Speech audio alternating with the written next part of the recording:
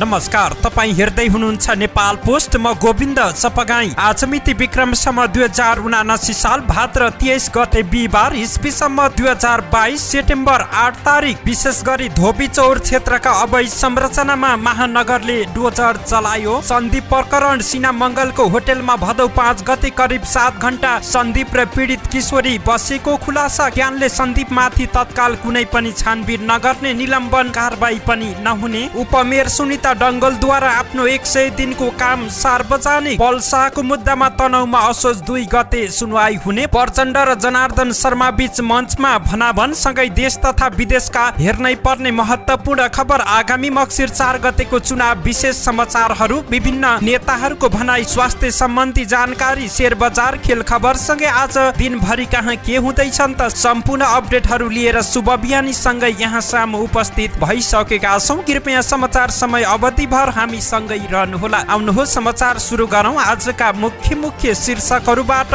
धोबीचौर क्षेत्रका अवैध संरचनामा चल्यो महानगरको डोजर। सिना मंगलको होटेलमा भदौ 5 गते करिब 7 घण्टा बसेका थिए सन्दीप र पीडित किशोरी। क्यानले सन्दीपमाथि तत्काल कुनै छानबिन नगर्ने, निलम्बन र कारबाही पनि नहुने। जग्गा माग्दै भूमिहीनले घेरे वीरगञ्ज महानगर। उपमेयर सुनिता डंगलद्वारा आफ्नो 100 दिनको काम सार्वजनिक। कर्णाली स्वास्थ्य विज्ञान प्रतिष्ठानका चिकित्सकद्वारा सामूहिक राजीनामाको घोषणा। पल्साको मुद्दामा तनहुमा असोज 2 गते सुनवाई हुने। पर्यटकको रूपमा विदेश घुम्न जानेको ब्याङ्कमा 2 लाख रुपियाँ हुनुपर्ने। प्रचण्ड र जनार्दन बीच मञ्चमा भनाभन। चुनावी घोषणा पत्र बनाउन देउवाले दिए विश्व प्रकाशलाई जिम्मेवारी। राष्ट्रिय सभा अध्यक्ष तिमली सिन्हा पर्वतबाट प्रतिनिधि सभा सदस्यको उम्मेदवारमा सिफारिस। प्रधानमन्त्री सहित सबै मन्त्रीको सम्पत्ति विवरण सार्वजनिक गर्ने सरकारको निर्णय। कांग्रेसले 100 सिट नलिए पार्टीभित्र विद्रोह हुने, शेखर कोइरालाको चेतावनी। सरकार भारतीय कम्पनीसँग पटक पटक झुकेको रावलको गुनासो। काभ्रे 1 मा सत्ता गठबन्धन भित्र हान्था फाइदा उठाउने दाउमा एमाले। गोकर्ण विरुद्ध रामकुमारी, जसले जिते पनि दुनो भागैमा। पेट्रोलियम ढुवानी व्यवसायीले फेरि घोषणा गरे आन्दोलनका कार्यक्रम।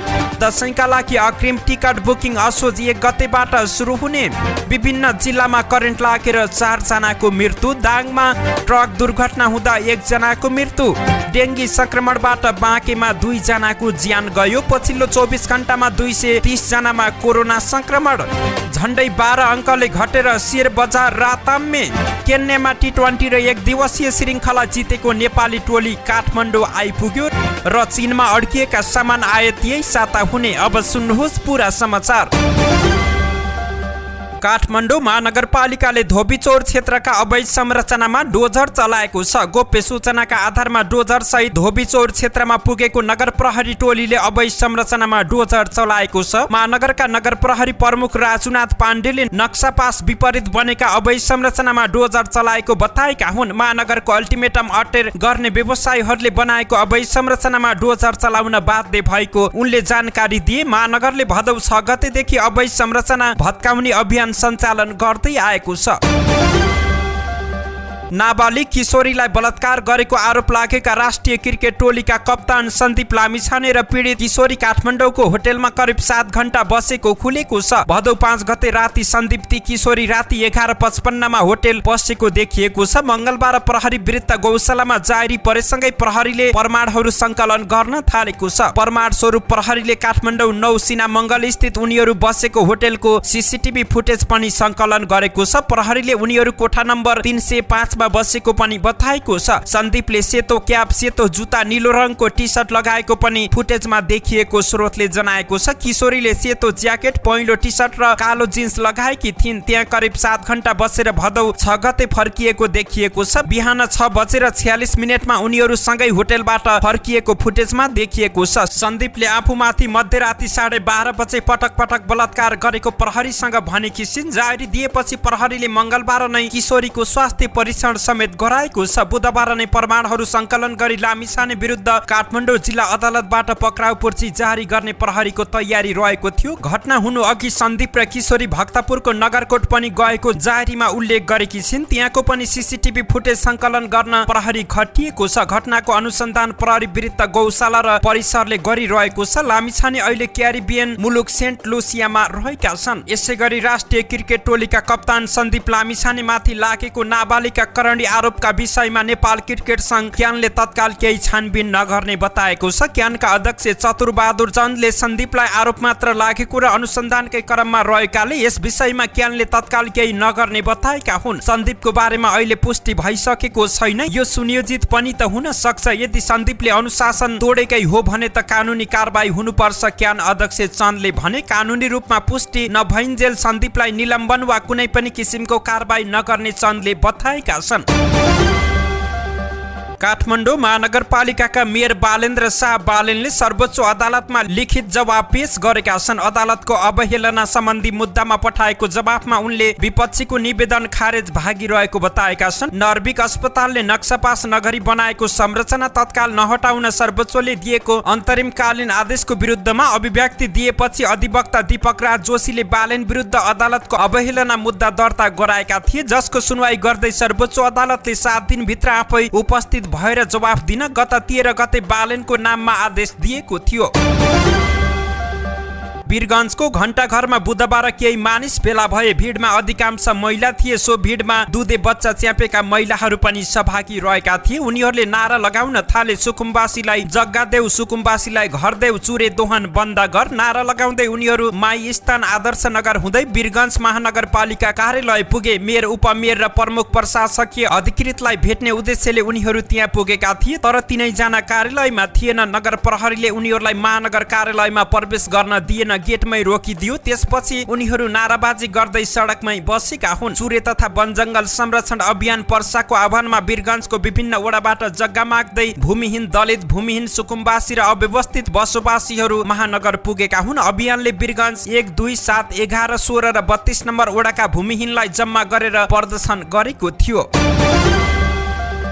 काठमाडौँ महानगरपालिकाकी उपमेयर सुनिता डङ्गोलले आफ्नो 100 दिनको कामसँगै आउँदो योजना सार्वजनिक गर्नु भएको छ। उहाँले 100 दिनमा गरेका 15 काम र सुरुवात गरेका 10 योजना सार्वजनिक गर्नु भएको छ। यसबीचमा पुराना 244 वटा विवादमा न्यायिक सुनवाई भएको र 51 वटा विवाद निरूपण भएको उहाँले जानकारी दिनु भएको छ। महानगरपालिकाका बासिन्दासँग प्रत्यक्ष अन्तर्क्रिया गरी सुझाव लिने तथा समस्या बुझ्ने काम गरेको उहाँको भनाइ रहेको छ। फोहोर व्यवस्थापनका लागि सकारात्मक पहल सुरु भएको, वडा स्तरीय महिला सेल गठन भएको, शिक्षा क्षेत्रमा सुधारको प्रयास भएको, इन्द्र जात्रालाई राष्ट्रिय तथा अन्तर्राष्ट्रियकरण गर्न पहल गरेको, नेपाल भाषाको डिजिटल शब्दकोश निर्माण सुरु गरेको, सम्पदा संरक्षण, पुनर्निर्माण र अनुगमन कार्यलाई प्राथमिकता दिएको विवरण उहाँले सार्वजनिक गर्नु भएको छ। उपमेयर डङ्गोलले करको दायरा वृद्धि गरी वैज्ञानिक कर निर्धारण विधिलाई आत्मसात गर्न राजस्व परामर्श समितिबाट नगरसभाको निर्णय बमोजिम सहजीकरण भइरहेको, सबै मेलमिलाप केन्द्रको स्तरीकरण गरी वडा तहमै विवाद समाधान गर्नका लागि प्रयासहरू थालनी गरिएको, सूचना प्रविधिको माध्यमबाट न्याय सम्पादनलाई छिटो, छरितो र प्रभावकारी बनाउने तर्फ कारबाही अघि बढेको लगायतका योजना बारे पनि जानकारी दिनु भएको छ।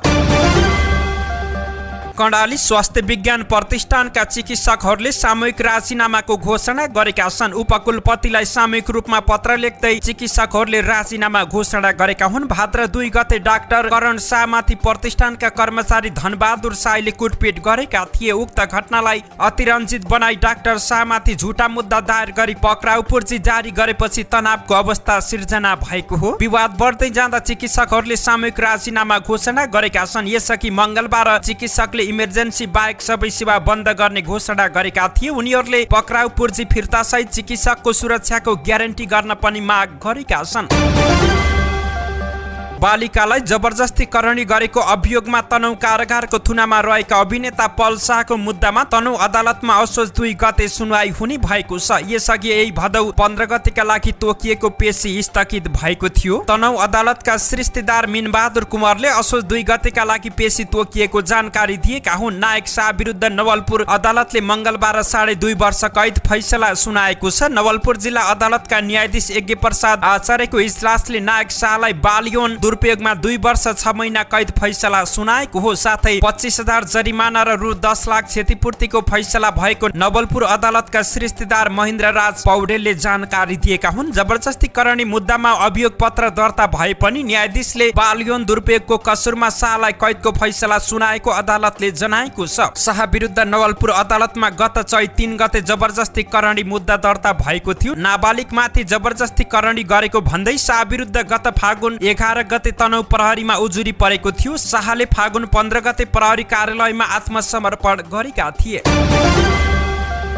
सरकारले पर्यटकको रूपमा विदेश घुम्न जानेलाई कडाई गर्ने प्रावधान ल्याएको छ। पर्यटन भिसा मार्फत खाडी मुलुक जाने क्रम बढेपछि त्यसलाई नियन्त्रण गर्न सरकारले कडा प्रावधान ल्याएको छ। गृह मन्त्रालयले पर्यटक भिसामा विदेश प्रस्थान अनुमति व्यवस्थापन सम्बन्धी कार्यविधि 2079 जारी गरेको छ। 30 साउन 2079 मा मन्त्री स्तरीय निर्णयबाट कार्यविधि स्वीकृत गरेको थियो। मन्त्रालयले अध्यागमन विभागलाई पत्र पठाउँदै कार्यविधि कार्यान्वयनका लागि निर्देशन दिएको हो। यो कार्यविधि जारी भएसँगै यो कार्यान्वयनमा जानेछ। कार्यविधि स्वीकृति भएको मितिले 60 दिन भित्र पछि कार्यान्वयनमा जानेछ। साउन 30 मा स्वीकृति भएको कार्यविधि अब असोज 30 गतेबाट कार्यान्वयनमा आउने विभागले जनाएको छ। कार्यविधिले पर्यटक भिसामा नेपालबाट विदेश घुम्न जानेहरूलाई 16 तहमा वर्गीकरण गरेको छ, जसमा सरकारी कामको सिलसिलामा विदेश भ्रमण गर्नेदेखि पर्यटकको रूपमा घुम्न जाने साधारण व्यक्तिहरूसम्म रहेका छन्। साधारण व्यक्तिलाई पर्यटक भिसामा जानको लागि भने कडा प्रावधान राखिएको छ। अन्य समूहमा केही सहजीकरण गरेको देखिएको छ। पर्यटक भिसामा भ्रमणका लागि व्हाइट टिकट लिनु पूर्व अध्यागमन विभागको स्वीकृति लिनुपर्नेछ। त्यसका लागि विदेश जानुभन्दा कम्तीमा 7 दिन अगाडि अनलाइन मार्फत आवेदन दिनुपर्नेछ। पर्यटक भिसा मार्फत जान चाहनेले 2 तर्फी व्हाइट टिकट, गन्तव्य मुलुकको होटेलको वेबसाइट खुल्ने गरी होटेल बुकिङको प्रमाणपत्र वा गन्तव्य मुलुकमा भएको आफन्तको सम्पर्क नम्बर सहितको विवरण पेश गर्नुपर्नेछ। नियमित यात्रु, उच्च शिक्षा हासिल गरेका र विगतमा लामो समय विदेश बसेकाहरूले भारत, मलेसिया र खाडी मुलुक बाहेक कम्तीमा 2 अन्य मुलुक भ्रमण गरेको अभिलेख पेश गर्नुपर्नेछ। पर्यटकको रूपमा घुम्न जाने व्यक्ति र तिनका परिवारका सदस्यले परिवारका सदस्यहरू बीच नाता खुल्ने सरकारी कागजात पेश गर्नुपर्नेछ। त्यस्तै कम्तीमा 4 लाख वार्षिक आम्दानी र कर प्रणालीमा आबद्धता खुल्ने कागजात र प्रणालीमा निवेदन पेश गर्ने दिनमा कम्तीमा 2 लाख रुपियाँ बैंक मौजात रहेको बैंक स्टेटमेन्ट पेश गर्नुपर्ने कार्यविधिमा उल्लेख रहेको छ। त्यस्तै आम्दानीका आधारमा सरकारलाई कर तिरेको प्रमाण समेत पेश गर्नुपर्नेछ। यसमा वार्षिक आम्दानी, कर तिरेको प्रमाण र बैंक मौजात परिवारका एक सदस्यको भए पनि हुनेछ। यो कार्यविधि लागू भएपछि पर्यटक भिसाका सम्बन्धमा मन्त्रालय र विभागबाट यसअघि जारी भएका आदेशहरू खारेज हुनेछन्।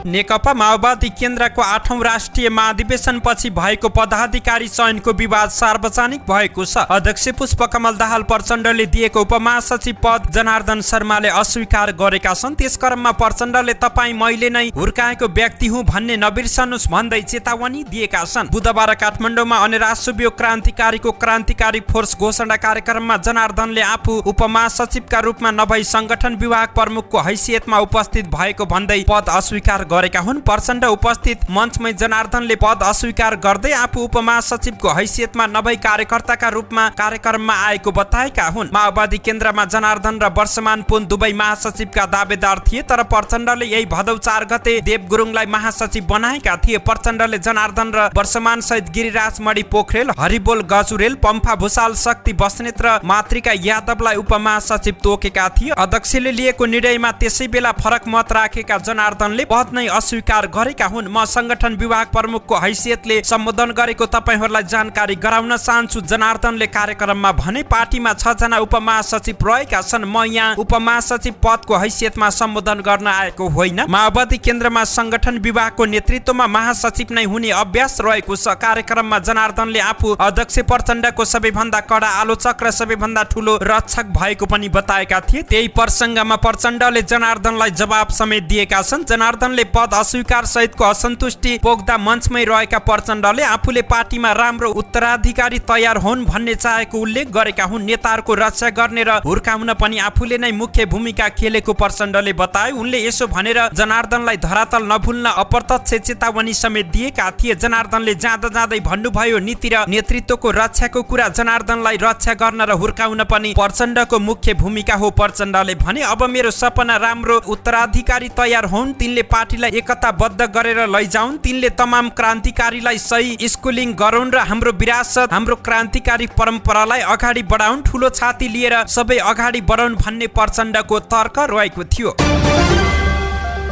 नेपाली कांग्रेसले महामन्त्री विश्वप्रकाश शर्माको नेतृत्वमा घोषणा पत्र तयार पार्ने भएको छ। सभापति शेरबहादुर देउवाले बुधबार महामन्त्री शर्मालाई प्रतिनिधि सभा र प्रदेश सभा सदस्य निर्वाचनको घोषणा पत्र तयारी समिति संयोजकको जिम्मेवारीमा मनोनित गरेका हुन्। मक्सिर 4 मा प्रतिनिधि सभा र प्रदेश सभा सदस्य निर्वाचन हुँदैछ। पार्टीका मुख्य सचिव कृष्ण प्रसाद पौडेलले महामन्त्री शर्मालाई सभापति देउवाले घोषणा पत्र तयारी समिति संयोजक मनोनित गरेको जानकारी दिएका हुन्। गत वैशाखमा भएको स्थानीय चुनावमा महामन्त्री गगन थापाको नेतृत्वमा कांग्रेसले घोषणा पत्र लेखेको थियो। राष्ट्रिय सभा अध्यक्ष गणेश प्रसाद तिमली सिन्हा प्रतिनिधि सभा सदस्यका लागि पर्वतबाट उम्मेद्वार सिफारिस भएका छन्। नेकपा एमाले पर्वतको मंगलबार सम्पन्न 6औं बैठकले आगामी मक्सिर 4 गते हुन लागेको प्रदेश तथा प्रतिनिधि सभा सदस्य निर्वाचनका लागि उम्मेद्वार छनौट गर्ने क्रममा तिमली सिन्हाको नाम सिफारिस गरेको छ। राष्ट्रिय सभामा अध्यक्ष तिमली सिन्हाको कार्यकाल अझै 1 वर्ष भन्दा बढी रहेको भए पनि गृह जिल्लामा प्रत्यक्ष उम्मेद्वार बन्ने इच्छा देखाएमा उम्मेद्वार बन्न सक्ने भन्दै बैठकमा प्रस्ताव आएपछि उम्मेद्वार सिफारिस गरिएको एमाले जिल्ला सचिव गोविन्द पहाडीले जानकारी दिए। अध्यक्ष तिमली सिन्हासँगै एमाले पर्वतले केन्द्रीय सदस्य तथा संविधान सभा सदस्य कल्पना चापागाई केन्द्रीय सदस्य तथा प्रतिनिधि सदस्य पदम गिरी र संविधान सभा सदस्य तथा गण्डकी प्रदेशका पूर्व मन्त्री विकास लम्सालको नाम सिफारिस गरेको छ। प्रतिनिधि सभाको समानुपातिक तर्फको उम्मेद्वारको सूचीमा जिल्ला समन्वय समिति पर्वतका निवर्तमान प्रमुख समेत रहेका मनोहर विश्वकर्मा पौडेलको नाम सिफारिस गरी पठाइएको छ। सरकारले प्रधानमन्त्री तथा मन्त्रीहरूको सम्पत्ति विवरण सार्वजनिक गर्ने भएको छ। भदौ 17 गते बसेको मन्त्री परिषद बैठकले अहिले मन्त्री परिषदमा रहेका सबैजनाको विवरण सार्वजनिक गर्ने निर्णय गरेको छ। अब चाँडै प्रधानमन्त्री तथा मन्त्री परिषद कार्यालयले प्रधानमन्त्री तथा मन्त्रीहरूको सम्पत्ति विवरण वेबसाइट मार्फत सार्वजनिक गर्ने बताएको छ। कानून अनुसार सार्वजनिक पद धारण गरेको व्यक्तिले 60 दिनसम्म सम्पत्ति विवरण सरकारलाई बुझाउनु पर्छ। प्रधानमन्त्री र मन्त्रीले 15 दिनमा नै सार्वजनिक गर्ने परम्परा रहेको छ। तर यो पटक भने प्रधानमन्त्री सहित मन्त्री परिषदका सदस्यले मन्त्रीमण्डल गठन भएको 1 वर्ष बितिसक्दा पनि सम्पत्ति विवरण सार्वजनिक गरेका छैनन्। लामो समयदेखि मन्त्री परिषदका सदस्यको सम्पत्ति विवरण सार्वजनिक गरिनुपर्ने चौतर्फी दबावपछि सरकारले यो निर्णय गरेको हो। प्रधानमन्त्री तथा मन्त्री परिषदको कार्यालयको वेबसाइटमा भने प्रधानमन्त्री सहित सबै मन्त्री परिषदका सदस्यले प्रधानमन्त्री तथा मन्त्री परिषदको कार्यालयमा सम्पत्ति विवरण बुझाइसकेका छन्। नेपाली कांग्रेसका नेता शेखर कोइरालाले 100 भन्दा कम सिटमा गठबन्धनमा सहमति गरे पार्टीभित्र विद्रोह हुने चेतावनी दिएका छन्। हिजो बुधबार जनकपुर धाम विमानस्थलमा सञ्चारकर्मीहरूसँग बोल्दै उनले गठबन्धनभित्र सहमतिमा कांग्रेसले 100 सिट लिनुपर्ने बताएका हुन्। उनले संस्थापन पक्षले न्यायोचित ढङ्गबाट आफूहरूलाई टिकट नदिए पनि विद्रोह हुने चेतावनी दिएका हुन्। 100 सिटमा पनि कांग्रेसभित्र व्यवस्थापन गर्न गाह्रो छ, त्यो भन्दा कम पाए स्थिति भयावह हुनेछ। उनले भने कांग्रेसभित्र विद्रोह सक्छ, विद्रोह भए गठबन्धनको औचित्य समाप्त हुनेछ। उनले अगाडि भने न्यायोचित ढङ्गबाट टिकट वितरण हाम्रो पार्टीभित्र पनि हुनु पर्यो। सँगै गठबन्धनमा 100 सिट भन्दा कम भयो भने विद्रोह र विग्रह कांग्रेसमा हुन्छ। नेता कोइरालाले गठबन्धनमा अझै सिटको विषयमा सहमति नभएकाले तत्काल आपत्ति जनाउनु पर्ने अवस्था आइ नसकेको पनि बताएका छन्। नेकपा एमालेका नेता डाक्टर भीमबहादुर रावलले माथिल्लो कर्णाली जलविद्युत आयोजना अघि बढाउने जीएमआर कम्पनीसँगको सम्झौता तत्काल खारेज गर्न सरकारसँग माग गर्नु भएको छ। हिजो बुधबार माथिल्लो कर्णाली आयोजनाबारे सरकारको ध्यान आकर्षण गराउन जरुरी सार्वजनिक महत्त्वको प्रस्ताव प्रतिनिधि सभामा प्रस्तुत गर्दै नेता रावलले लामो समयदेखि यो आयोजना ओगट्ने काम मात्रै गरेको उल्लेख गर्दै भारतीय कम्पनीसँगको सम्झौता तत्काल खारेज गरी नागरिकको सहभागितामा सरकार आफैले अगाडि बढाउन पनि आग्रह गर्नु भएको छ। उहाँले विगतमा गरिएको शर्तहरू उल्लङ्घन गर्ने, नेपालको राष्ट्रिय हित विपरीत हुने गरी त्यो कम्पनीले गतिविधि गरिरहेको सम्झौता रद्द गरेर नेपाल सरकार आफैले वित्तीय व्यवस्थापन गरेर त्यो आयोजना अघि बढाउनु पर्ने स्पष्ट पार्नु भएको हो। उहाँले भन्नुभयो जीएमआर कम्पनीले माथिल्लो कर्णाली जलविद्युत आयोजना लामो समयसम्म ओगट्दै सम्झौताको उल्लङ्घन गरेर नेपाललाई क्षति पुर्याउनुको साथै राष्ट्रिय हितमा आँच पुर्याएकाले यो सम्झौता तत्काल खारेज गरियोस्। यो आयोजनालाई जनसहभागिता र नेपाल सरकारको लगानीमा अगाडि बढाइयो। सांसद राहुलले सम्झौता विपरीतका गतिविधिमा संलग्न त्यो कम्पनीसँग पटक पटक झुक्ने काम गरिरहेको भन्दै सरकारको कडा आलोचना गर्नु भएको हो। काभ्रे जिल्लाको प्रतिनिधि सभा निर्वाचन क्षेत्र नम्बर 1 मा प्रमुख 3 राजनीतिक दलको प्रभाव रहेको छ। सो क्षेत्रमा उम्मेद्वारका लागि सत्तारूढ गठबन्धन भित्र नेपाली कांग्रेस नेकपा माओवादी केन्द्र बीच हानथाप भइरहेको छ भने गठबन्धन घटक बीचको हानथापबाट फाइदा उठाउने एमालेको दाउ रहेको छ। 2048 पछिको निर्वाचनलाई आधार मानियो भने क्षेत्रबाट एमालेले 2 पटक, माओवादी केन्द्रले 2 र कांग्रेसले 1 पटक चुनाव जितेको छ। सो क्षेत्रबाट एमालेले 2051 र 2056 मा जित्दा माओवादी केन्द्रले 2064 र 2074 मा चुनाव जितेको थियो। कांग्रेसले 2070 मा चुनाव जित्दा 2048 मा राष्ट्रिय जनमोर्चा सफल भएको थियो। 2074 मा वाम गठबन्धन गरेर नतिजा आफ्नो पोल्टामा पारेको माओवादी केन्द्र आगामी निर्वाचनमा सत्ता गठबन्धनको साथ लिएर आफ्नो पक्षमा नतिजा हात पार्ने दाउमा छ भने नेपाली कांग्रेस पनि सत्ता गठबन्धनबाट सो क्षेत्रमा आफ्नो उम्मेद्वार भिडाउने कसरतमा रहेको छ। कांग्रेसले सो क्षेत्रबाट 2070 मा जितेका उम्मेद्वार तीर्थबहादुर लामालाई प्रत्यक्षतर्फ चुनाव लडाउने तयारी गरिरहेको छ। सोही अनुसार नेपाली कांग्रेस काभ्रेले सो क्षेत्रबाट चुनाव लड्न तीर्थबहादुर लामालाई उम्मेद्वारका रूपमा एकल सिफारिस गरेको छ। 2070 मा सोही क्षेत्रबाट पहिलो पटक संसदीय चुनावमा होमिएका उनले कांग्रेसको पोल्टामा नतिजा पार्न सफल भएका थिए। 2048 देखिका निर्वाचनमा पटक पटक पराजित भएको कांग्रेसलाई उनैले सो क्षेत्रबाट पहिलो पटक जित दिलाएका थिए। तामाङ समुदायको बाहुल्यता भएको सो क्षेत्रमा उनी बलियो उम्मेद्वारको रूपमा रहेको नेताहरूको दाबी रहँदै आएको छ। उता माओवादी केन्द्रबाट गत निर्वाचनमा जितेका गंगाबहादुर दोङले पनि सत्ता गठबन्धनको सहयोगमा सो क्षेत्रबाट पुनः सांसद बन्ने अवसर खोजिरहेका छन्, तर उनले यसपटक सो क्षेत्रमा चुनाव लड्ने अवसर नपाउने माओवादी केन्द्रका नेताहरूले बताउँदै आएका छन्। माओवादी केन्द्र यसपटक सो क्षेत्रमा उम्मेद्वार परिवर्तन गर्ने पक्षमा रहेकाले उनले अवसर पाउने सम्भावना नरहेको पनि नेताहरूको भनाइ रहेको छ।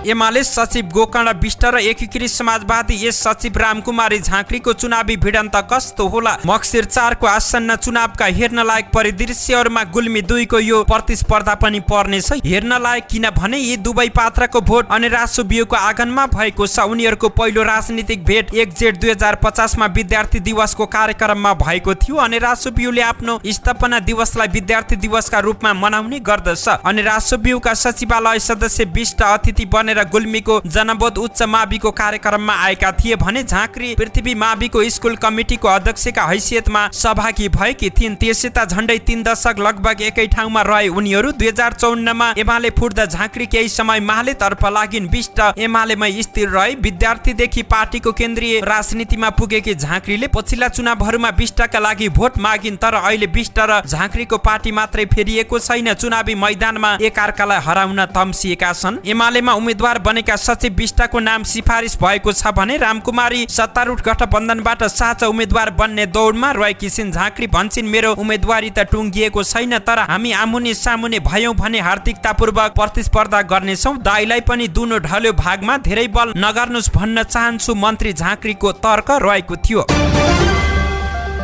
पेट्रोलियम ढुवानी व्यवसाय महासंघले ढुवानी भाडा वृद्धिको माग गर्दै फेरि आन्दोलनका कार्यक्रम सार्वजनिक गरेका छन्। महासंघले तत्काल भाडा वृद्धि नभए 25 भदौसम्म पेट्रोलियम ढुवानी रोक्ने सहितको आन्दोलन घोषणा गरेको हो। हिजो बुधबार बसेको महासंघको बैठकले यस्तो निर्णय गरेको महासंघका अध्यक्ष खगेश्वर बोहराले जानकारी दिएका हुन्। तत्काल ढुवानी भाडा वृद्धिको निर्णय नगरी आन्तरिक तथा बाहिरी दुवै प्रकारको पेट्रोलियम ढुवानी 25 गतेबाट रोक्ने निर्णय गरेका छौं। अध्यक्ष बोहराले भने, हामीसँग भएका सबै खाले माग र सहमति कार्यान्वयन नभएपछि बाहिरी भएर आन्दोलनका कार्यक्रम घोषणा गरेका छौं। यो निर्णायक आन्दोलन हो। महासंघले 24 गतेसम्म भाडा वृद्धि नगरिए 25 गतेबाट आन्तरिक तथा बाहिरी दुवै प्रकारका पेट्रोलियम ढुवानीको अग्रिम ढुवानी अनुमति नलिने र असोज 1 गतेबाट देशभरको ढुवानी ठप्प बनाउने पनि अध्यक्ष बोहराले बताए। ढुवानी भाडा वृद्धिका लागि यसअघि 4 पटक आन्दोलन गरिएको र त्यसमा निगमले पटक पटक सहमति जनाएर पनि कार्यान्वयन नभएपछि 5औं पटक आन्दोलनको घोषणा गर्नु परेको महासंघको भनाइ रहेको छ। निगमले ढुवानी भाडा बढाउन यसअघि 9 पटक समझदारी गरेर पनि पूरा नगरेको अध्यक्ष बोहराको आरोप रहँदै आएको छ। महासंघले रुट अनुसार कम्तीमा 3 देखि 10% सम्म ढुवानी भाडा बढाउनु पर्ने माग गर्दै आएको छ।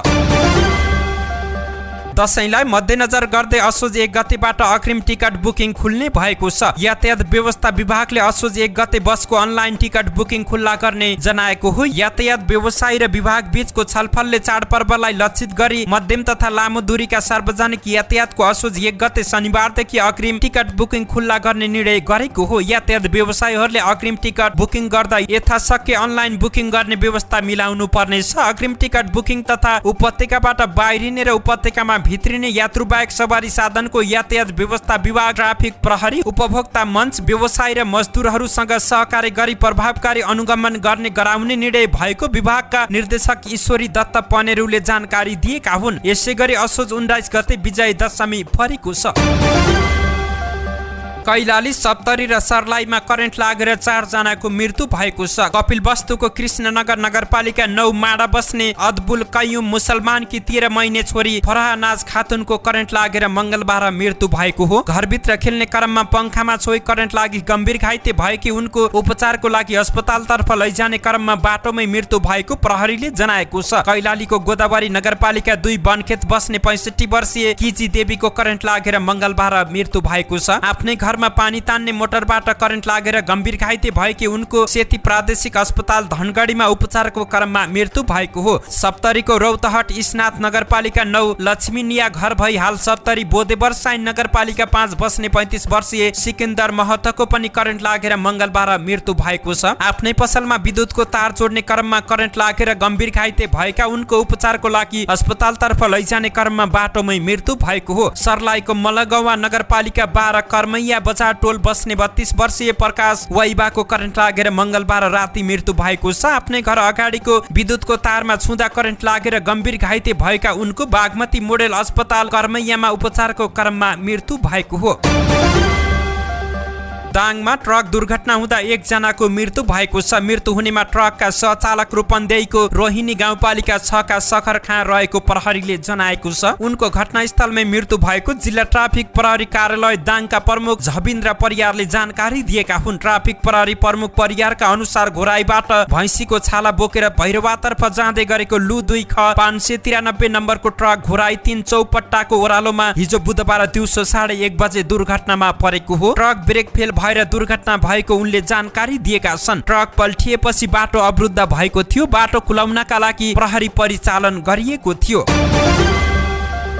डेंगी संक्रमणका कारण बाँकेमा 2 जनाको ज्यान गएको छ। डेंगी संक्रमणपछि भेरी अस्पताल नेपालगञ्जमा उपचार गराइरहेका 2 जनाको ज्यान गएको अस्पतालले जनाएको छ। ज्यान गुमाउनेमा 68 वर्षका पुरुष र 12 वर्षकी बालिका रहेका छन्। डेंगीका कारण यसअघि कैलाली र ललितपुरमा पनि 1-1 जनाको ज्यान गएको थियो। प्रकोपका रूपमा फैलिएको डेंगी संक्रमण 75 वटा जिल्लामा फैलिएको स्वास्थ्य तथा जनसङ्ख्या मन्त्रालयले जनाएको छ। अहिलेसम्म 75 जिल्लामा गरी 6707 जनामा डेंगी संक्रमण पुष्टि भएको स्वास्थ्य विभाग अन्तर्गत एपिडेमियोलोजी तथा रोग नियन्त्रण महाशाखाले जनाएको छ। सबैभन्दा बढी ललितपुरमा 2479 जनामा डेंगी संक्रमण पुष्टि भएको छ। डेंगीबाट बढी प्रभावित हुनेमा काठमाडौँ उपत्यकाका 3 जिल्ला सहित धादिङ, मकवानपुर, रूपन्देही, तेह्रथुम, सिन्धुली, काभ्रे र गुल्मी रहेका छन्। गएको वर्षको तथ्याङ्क अनुसार डेंगी असोज अन्तिमसम्म फैलिने महाशाखाले जनाएको छ। डेंगी प्रकोपकै रूपमा फैलिरहेकाले लामखुट्टेको टोकाइबाट बस्न र सरसफाइमा ध्यान दिन पनि विज्ञहरूले सुझाव दिएका छन्।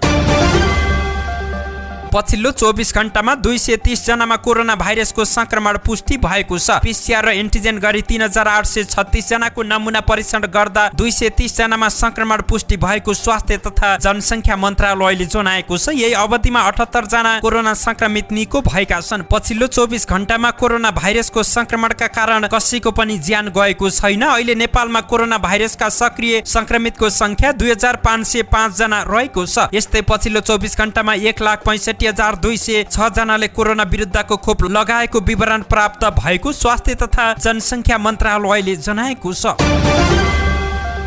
शेयर बजार हिजो बुधबार पनि ओह्रालो लागेको छ। शेयर बजार परिसूचक नेप्से हिजो 11.97 अङ्कले घटेर 1939.88 बिन्दुमा झरेको छ। हिजो म्युचुअल फन्ड बाहेक अरू सबै समूहको शेयर घटेको छ। नेप्से दिनदिनै राताम्य हुँदा कारोबार रकममा पनि निकै कमी आएको छ। हिजो 224 वटा कम्पनीको 29,43,000 किता शेयर 82 करोड 62 लाख रुपियाँमा कारोबार भएको छ। सबैभन्दा धेरै नेपाल दूरसञ्चार कम्पनीको 5 करोड 15 लाख रुपियाँको शेयर किनबेच भएको थियो।